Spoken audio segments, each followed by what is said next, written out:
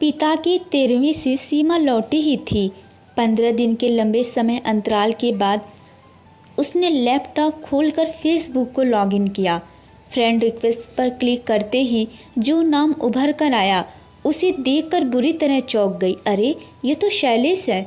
उसके मुंह से बेसाख्ता निकल गया।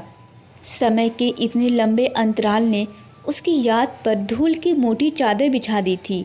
लैपटॉप के सामने बैठे बैठे ही सीमा की आंखों के आगे शैलेश के साथ बिताए दिन परत दर परत खुलते चले गए।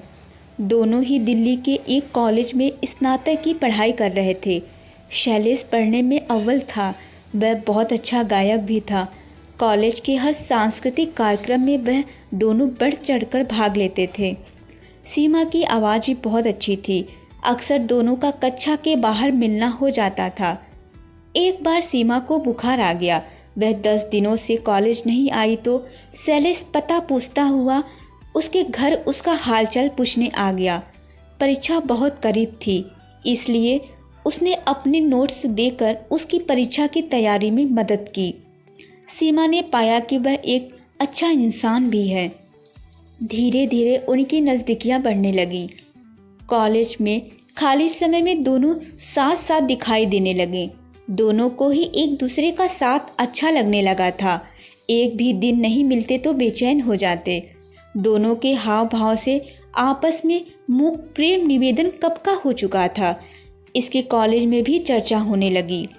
यह किशोरा अवस्था उम्र ही ऐसी है जब कोई प्रशंसनीय दृष्टि से निहारते हुए अपनी मुख भाषा में प्रेम निवेदन करता है तो दिल में अवर्णनीय मीठा सा एहसास होता है, जिससे चेहरे पर एक अलग सा नूर झलकने लगता है। सारी दुनिया बड़ी खूबसूरत लगने लगती है। चिलमिलाती गर्मी की दोपहरी में भी पेड़ के नीचे बैठकर उसे बातें करना चांदनी रात का एहसास देता है। लोग उन्हें अजीब नज़रों से देख रहे हैं, इसकी ओर से भी बेपरवाह होते थे। जब खुली आंखों से भविष्य के सपने तो बुनते हैं, लेकिन उन्हें पूरा होने ना होने की कोई चिंता नहीं होती। एक दूसरे की पसंद नापसंद का बहुत ध्यान रखा जाता है। बारिश के मौसम में भीगकर गुनगुनाते हुए नाचने का मन करता है। दोनों की यह स्थिति हुआ करती थी। पढ़ाई पूरे होते ही शैलेश अपने घर बनारस चला गया, यह वादा करके कि वह बराबर उसे पत्र द्वारा संपर्क में रहेगा। साल भर पत्रों का आदान प्रदान चलता रहा, फिर उसके पत्र आने बंद हो गए। सीमा ने कई पत्र डाले, लेकिन उत्तर नहीं मिला। उस जमाने में ना तो मोबाइल फ़ोन थे और ना ही इंटरनेट। धीरे धीरे सीमा ने परिस्थितियों से समझौता कर लिया, और कर भी क्या सकती थी। सीमा पढ़ी लिखी थी तथा आधुनिक परिवार से बिलोंग करती थी। शुरू से ही उसकी आदत रही थी कि वह किसी भी रिश्ते में एक तरफा चाहत कभी नहीं रखती। जब कभी उसे एहसास होता कि उसका किसी के जीवन में अस्तित्व नहीं रह गया तो स्वयं भी उसको अपने दिल से निकाल देती थी। इसी कारण धीरे धीरे उसके मन मस्तिष्क से शैलेश निकलता चला गया। सिर्फ उसका नाम जेहन में रह गया था। अब जब भी वह नाम सुनती तो एक धुंधला सा चेहरा उसकी आंखों के सामने तैर जाता था। इससे अधिक और कुछ नहीं। समय निर्बाध गति से बीतता गया। उसका विवाह हो गया और 2 प्यारे प्यारे बच्चों की माँ भी बन गई थी। पति शैलेश अच्छे इंसान थे, लेकिन उसने मानसिक सुख उसे कभी नहीं मिला। वह अपने व्यापार में इतने व्यस्त रहते कि सीमा के लिए उसके पास समय ही नहीं था। वह पैसों से ही खुश रहना चाहते थे। 15 साल के अंतराल पर फेसबुक पर शैलेश से संपर्क होने पर सीमा के मन में उथल पुथल मच गई और अंत में वर्तमान परिस्थितियां देखते हुए रिक्वेस्ट एक्सेप्ट न करने में ही अपनी भलाई समझी। अभी इस बात को 4 दिन ही बीते होंगे कि उसका मैसेज आ गया। किसी ने सच ही कहा है कि कोई अगर किसी को शिद्दत से चाहे तो सारी कायनात उन्हें मिलाने की साजिश करने लगती है, और ऐसा ही हुआ। इस बार वह अपने आप को रोक नहीं पाई। मन में उसके बारे में जानने की उत्सुकता जागी। मैसेज का सिलसिला चलने लगा, जिसे पता चला कि वह पुणे में अपने परिवार के साथ रहता है। फिर मोबाइल नंबरों का आदान प्रदान हुआ। इसके बाद अक्सर फ़ोन पर ही बात होती रहती थी। पहली बार शैलेश की आवाज़ फ़ोन पर सुनकर कि कैसी हो, नव-यौवन सी उसके दिल की स्थिति हो गई थी। उसका कंठ भावात्रित से अवरुद्ध हो गया। उसने संकुचाते हुए कहा, अच्छी हूँ, तुम्हें मैं अभी तक याद हूँ। मैं तुम्हें भूला ही कब था। जब उसने प्रत्युत्तर में कहा तो उसके दिल की धड़कनें बढ़ गईं। उसने पूछा, फिर पत्र लिखना क्यों छोड़ दिया? तुम्हारा एक पत्र माँ के हाथ लग गया था तो उन्होंने भविष्य में तुम्हारा मेरा संपर्क में रहने का दरवाज़ा ही बंद कर दिया था और मुझे अपना वास्ता दे दिया था। उनका इकलौता बेटा था, करता तो क्या करता।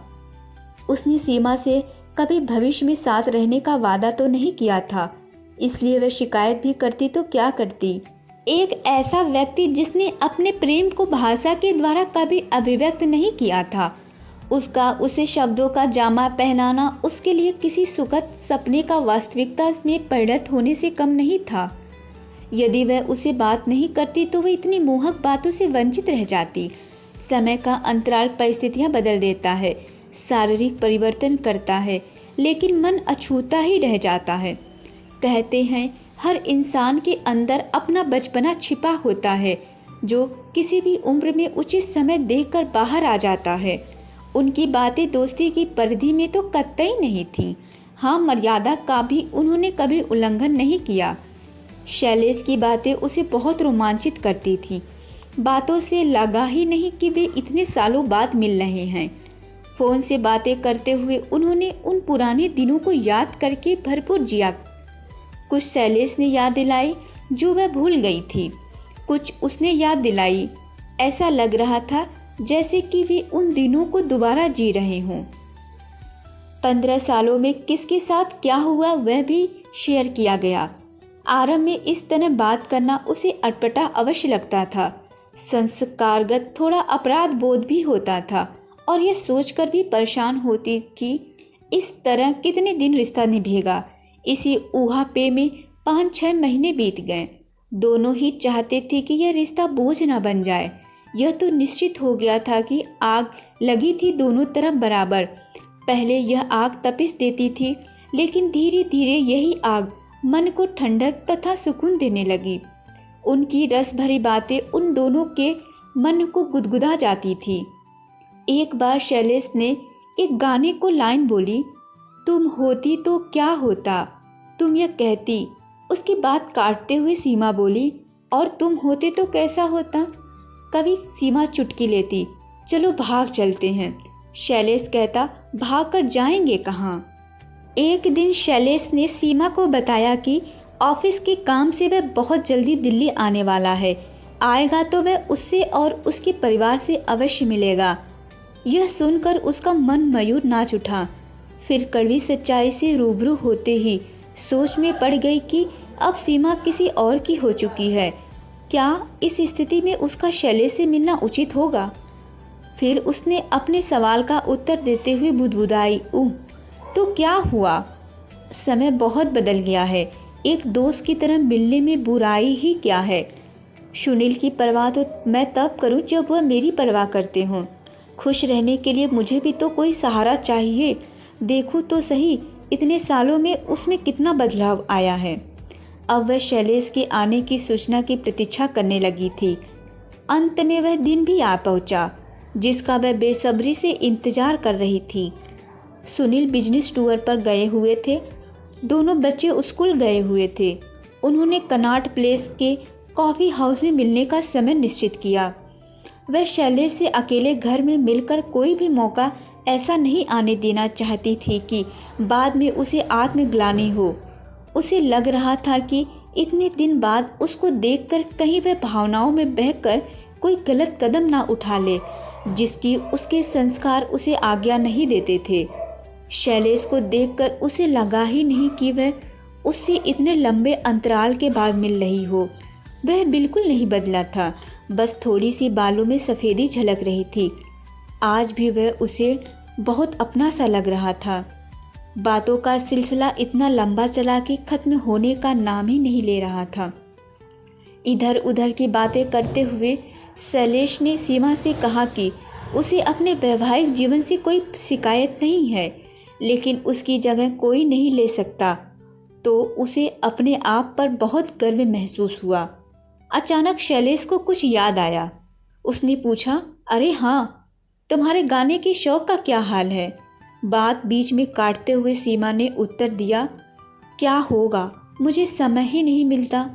सुनील तो बिजनेस टूर पर रहते हैं और ना ही उनको इन सब का शौक है। अरे, उनका शौक नहीं है तो क्या हुआ, तुम इतनी आश्रित क्यों हो उन पर? कोशिश और लगन से क्या नहीं हो सकता। बच्चों के स्कूल जाने के बाद समय तो निकाला जा सकता है। सीमा को लगा काश सुनील भी उसको इसी तरह प्रोत्साहित करता। उसने तो कभी उसकी आवाज़ की प्रशंसा भी नहीं की।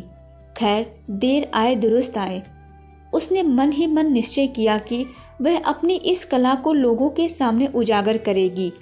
उसको चुप देखकर शैलेश ने कहा, चलो हम दोनों मिलकर एक एल्बम तैयार करते हैं।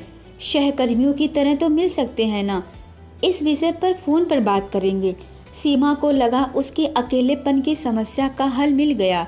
दिल से वह शैलेश के सामने नतमस्तक हो गई थी। फिर से बिछड़ने का समय आ गया था, लेकिन इस बार शरीर अलग हुए थे। केवल कभी न बिछड़ने वाला एक खूबसूरत एहसास हमेशा के लिए उसके पास रह गया था, जिसने उसकी ज़िंदगी को इंद्रधनुषी रंग देकर नई दिशा दे दी थी। इस एहसास के सहारे की वह इतने लंबे सालों बाद भी शैलेश की यादों में बसी है। वह शैलेश को अपने बहुत करीब हर समय महसूस करती थी। दूरी अब बेबानी हो गई थी। कहते हैं, प्यार कभी दोस्ती में नहीं बदल सकता, और यदि बदलता है तो उससे अच्छी दोस्ती नहीं हो सकती। इस दोस्ती का अलग ही आनंद था। सीमा को बहुत प्यारा एक दोस्त मिल गया था।